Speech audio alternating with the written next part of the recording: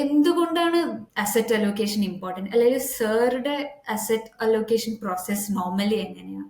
Asset allocation actually നമ്മുടെ പ്രിഡിക്റ്റബിലിറ്റിനെ കമ്മിയാക്കുന്നു. പ്രിഡിക്റ്റബിലിറ്റി നമുക്ക് അക്യൂറേറ്റ്ലി എപ്പോഴും പറയാൻ പറ്റില്ല എപ്പോഴാ ഇക്വിറ്റി നന്നായി ചെയ്യുക, എപ്പോഴാ ഗോൾഡിൽ റിട്ടേൺ വരിക, എപ്പോഴാ സിൽവറിൽ റിട്ടേൺ വരിക, പിന്നെ എപ്പോഴാ ഇൻട്രസ്റ്റ് റേറ്റ് കറക്റ്റ് ആയിട്ട് നമുക്ക് ബോണ്ട് മാർക്കറ്റ്സിന് റിട്ടേൺ കിട്ടുക.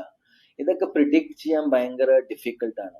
അപ്പൊ ഈ പ്രിഡിക്റ്റബിലിറ്റിയുടെ ഗെയിമിൽ നിന്ന് വെളി വരാൻ വേണ്ടിയാണ് അസറ്റ് അലോക്കേഷൻ പറയുന്നത്. നമ്മൾ അഡിക്വേറ്റ്ലി നമ്മൾ എല്ലാത്തിലും കുറച്ച് ഇൻവെസ്റ്റ് ചെയ്ത് വെച്ചിട്ടുണ്ടെങ്കിൽ നമ്മുടെ ഓവറോൾ പോർട്ട്ഫോളിയോയുടെ ബ്ലെൻഡഡ് റിട്ടേൺ നമുക്ക് ഒരു നല്ലൊരു റിട്ടേൺ ആയിട്ട് നമുക്ക് കിട്ടും.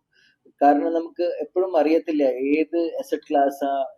ഇപ്പൊ സപ്പോസ് ഇന്ന് നമ്മൾ ഏത് അസറ്റ് ക്ലാസ്സിൽ ഇട്ടാലാ നമുക്ക് അടുത്ത ഒരു 2-3 വർഷത്തിൽ റിട്ടേൺ കിട്ടുക, ഗോൾഡ് നന്നായി ചെയ്യോ അതോ ചെയ്യത്തില്ലയോ. നമ്മൾ ഈ ടൈമിംഗ് ചെയ്യാൻ പോകുന്നത് നമുക്ക് വേണ്ടി നമുക്ക് ഒരു പൊതുവെ ഒരു നല്ലൊരു സ്ട്രാറ്റജി അല്ല.